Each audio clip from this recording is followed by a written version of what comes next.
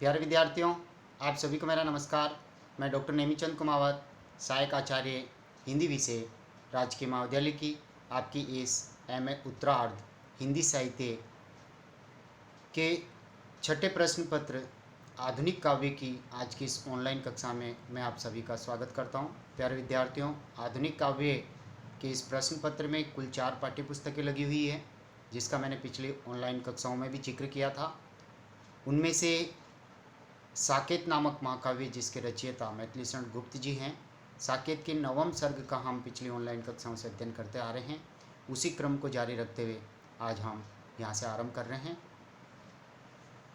घिरकर तेरे चारों ओर करते हैं घन क्या ही गौर, नाच नाच गाते हैं मोर, उठती है गेरी गुंजार ओ गौरव गिरी उच्च उदार। यहाँ चित्रकूट पर्वत की महिमा का गुणगान उर्मिला कर रही है, जिस चित्रकूट पर्वत पर अपने प्रियतम लक्ष्मण से मिलन हुआ था। देखिए, गिरकर तेरे चारों ओर, अच्छा अर्थात तुझे हे चित्रकूट पर्वत, तुझे चारों ओर से बादल घेर लेते हैं, अर्थात तेरा सौंदर्यीकरण करते हैं।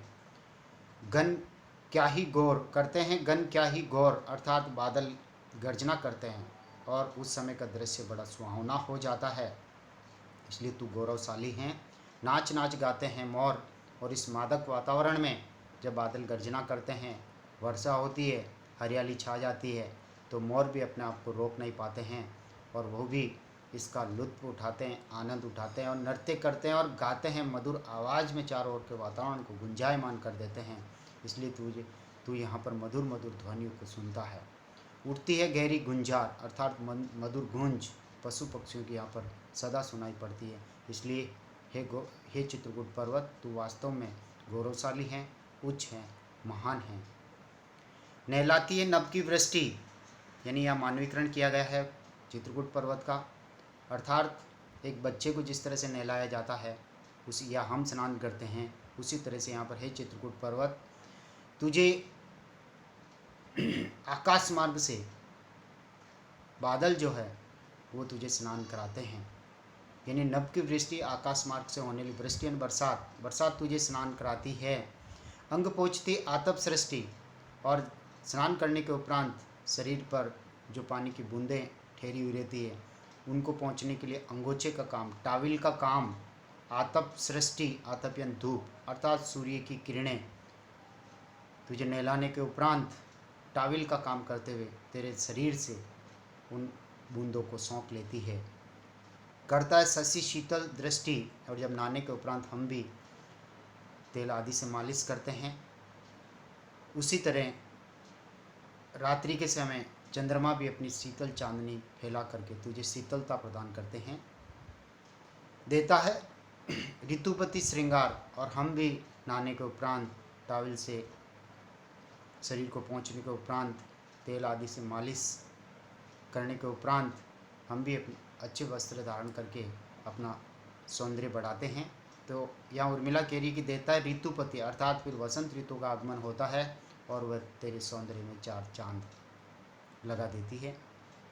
ओ गौरव गिरी उच्च उदार, अतः हे गोवर्धन हे चित्रकूट पर्वत, तू वास्तव में उदार है, महान है, गौरवशाली है, तेरा महत्वपूर्ण स्थान है।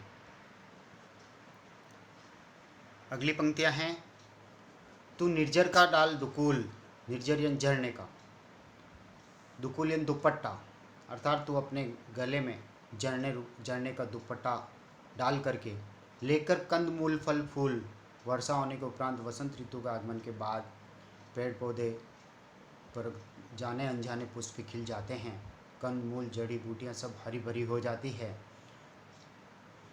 स्वागतार्थ सबके अनुकूल, अर्थात कहने का तात्पर्य यहाँ पर है कि जिस तरह से हम किसी अतिथि का आगमन होता है तो आवभगत करते हैं, स्वागत करते हैं, तो गले में जो ब्राह्मण की तरह गले में दुपट्टा डाल करके कंद मूल फल आदि को थाली में सजा करके सबका स्वागत करने के लिए तैयार हैं। भारतीय संस्कृति का यहाँ पर स्वागत करने की प्रक्रिया का यहाँ पर परिचय दिया गया है।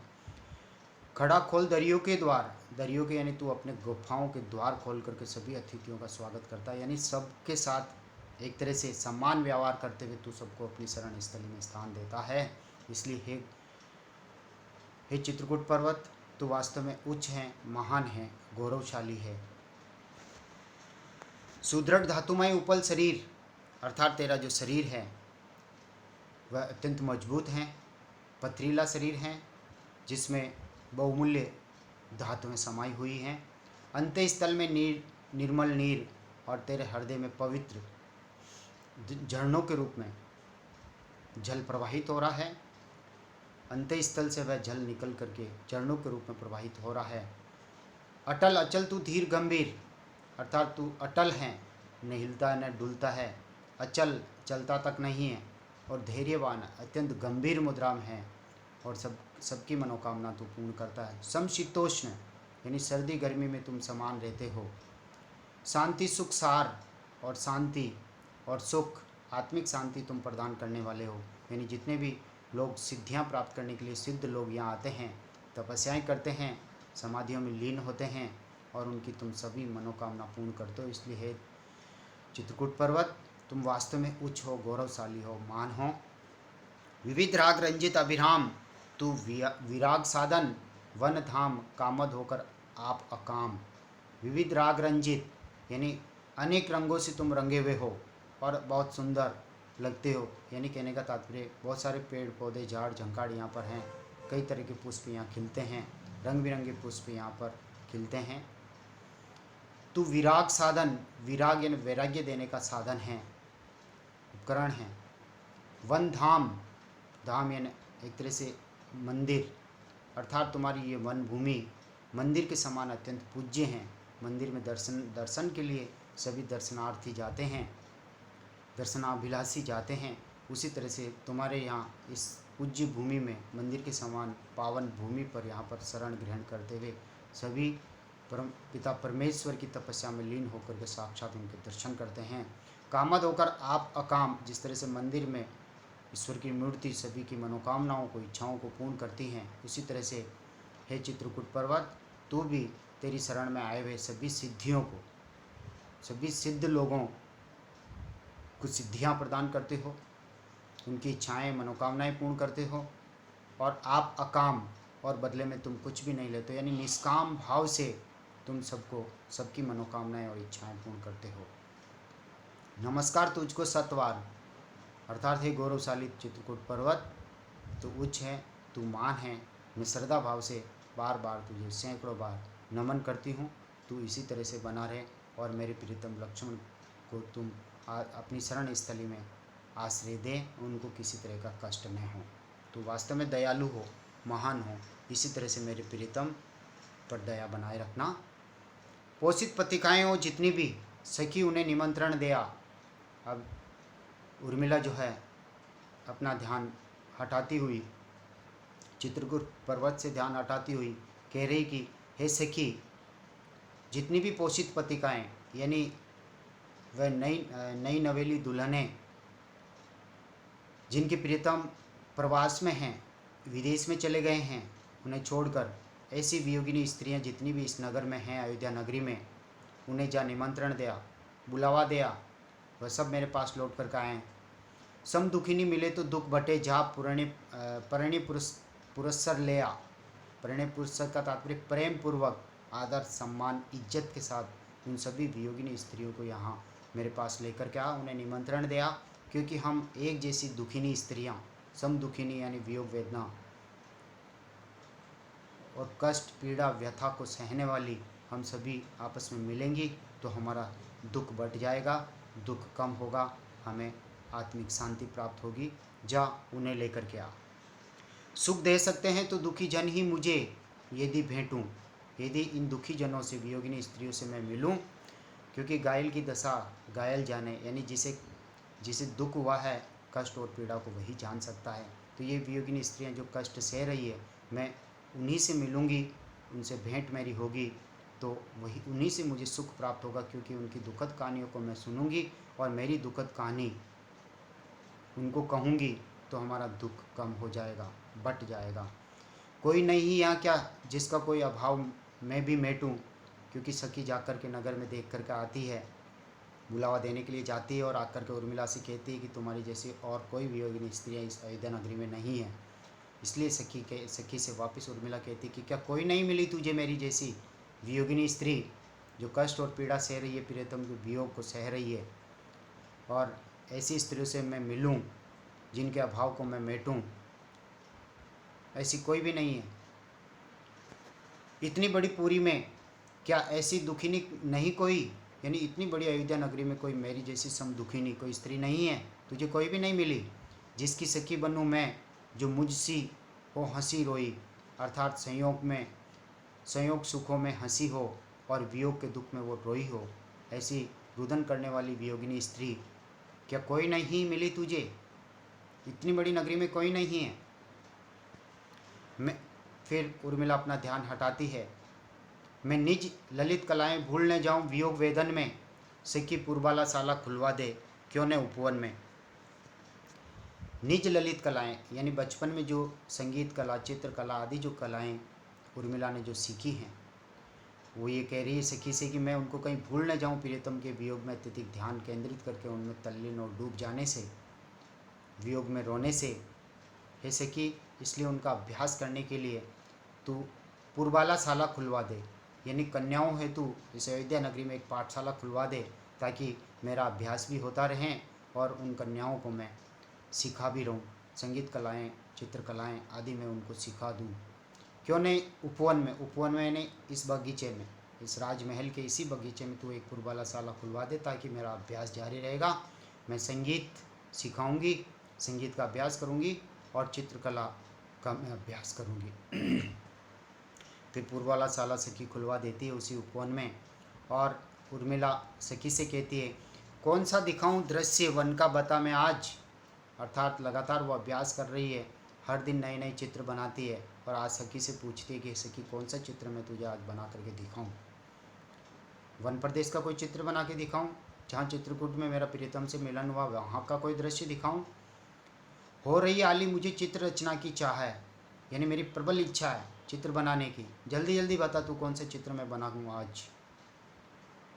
नाला पड़ा पथ में किनारे जेठ जीजी खड़े, यानी 14 वर्ष के वनवास के दौरान जब दर दर राम लक्ष्मण सीता दर दर वहाँ भ्रमण कर रहे थे, तब एक ऐसा दृश्य दिखाऊं कि रास्ते में एक नाला आ जाता है, बड़ा सा नाला, तीव्र गति से उसमें जल प्रवाहित हो रहा है, जिसे पार करने में दुविधा हो रही है। तो नाला पड़ा पथ में यानी रास्ते में, किनारे जेठ जीजी खड़े, यानी उस नाले के किनारे पे श्री राम और सीता जी खड़ी हैं। अम्बु अवगा आर्यपुत्र ले रहे हैं था यानी उसकी गहराई का पता लगा रहे हैं, अम्बु यानी जल में प्रवेश करके गहराई का पता लगा रहे हैं। आर्यपुत्र यानी लक्ष्मण जी उस जल में प्रवेश करके उसकी गहराई का पता लगा रहे हैं कि मेरे भाई और मेरी भाभी को कोई कष्ट पीड़ा न हो, इसलिए मैं पहले से इसका पता लगा लूँ और उसके बाद हम इस नाले को पार करें। क्या ऐसा मैं कोई दृश्य तुझे आज दिखाऊं? हे सखी तू जल्दी से बता। कीमा यानी अथवा या वे खड़ी हो घूम प्रभु के सारे आहा, घूम यानी घूम करके प्रभु का सारा लेकर के, जीजी यानी जिठानी, करहात आहा भरते हुए, करहाते हुए वो खड़ी है, एक पाँव ऊपर करते हुए, कहीं नंगे पाँव यानी वह नंगे पाँव वहाँ भ्रमण करती है, नंगे पाँव वन प्रदेश में ये समय बिता रही है, तो कहीं कंटक चुभ गए होंगे तो उस पीड़ा में वह करहा रही है, ऐसा कोई दृश्य दिखाऊं। तलवे से कंटक निकालते हो ये करहा है, यानी इधर सीता जी करहा रही है और प्रभु श्री राम भी सहानुभूति प्रकट करते हुए वह भी करहा उठते हैं और सीता जी के तलवे से पाँव से वह कंटक निकालते हैं। क्या कोई ऐसा दृश्य दिखाऊं? अथवा झुकाएं खड़े हुए ये लता और जीजी, यानी कोई करुण दृश्य दिखाऊं, या कोई सहज स्वाभाविक दृश्य दिखाऊं, या कोई श्रृंगारिक दृश्य में आज तुझे दिखाऊं, कौन सा चित्र बनाऊं? है सखी तू जल्दी से बता। यहाँ संदेह अलंकार हैं, वह निर्णय नहीं कर पा रही है, निश्चय नहीं कर पा रही है कि मैं आज कौन सा चित्र बनाऊं। अथवा झुकाएं खड़े हो लता यानी किसी पेड़ की लता, बैल को वह झुकाए खड़े हो, पुष्पों की बैल, जीजी फूल ले रही हो यानी उसमें से पुष्प चुन रही हो पूजा के लिए, प्रभु दे रो वहा वहा, यानी और प्रभु श्री राम वहा वही लूट रहे हैं। आहा, आनंद आ गया। तो इस तरह का मैं कोई दृश्य आज तुझे दिखाऊं, तू जल्दी से बता कौन सा चित्र मैं आज बनाऊं। प्रिय ने सेज गुणों से दीक्षा दी थी मुझे प्रेरणा जो तेरी। और उर्मिला प्रेरणा को, प्रेम को संबोधित करके कहती है, मेरे प्रीतम लक्ष्मण ने अपने स्वाभाविक गुणों से प्रेमी व्यवहार की मुझे शिक्षा दी थी, मुझे पारंगत किया था। हे प्रेम, आज प्रतीक्षा द्वारा लेते हैं वे यहाँ परीक्षा तेरी। और आज प्रतीक्षा यानी इंतज़ार, 14 वर्ष तक तुझे इंतज़ार करना है अपने प्रीतम से मिलन हेतु। और आज हे प्रेम, तू वास्तव में इस परीक्षा में पास होना। और वो आज तुझे कष्ट दे करके, पीड़ा दे करके तेरी परीक्षा ले रहे हैं कि क्या तेरा साक्षात प्रीतम से प्रेम वास्तव में सच्चा है क्या। जीवन के पहले प्रभात में आँख खुली जब मेरी, हरी भूमि के पात पात में मैंने हृदय गति हेरी। प्यारे विद्यार्थियों, इस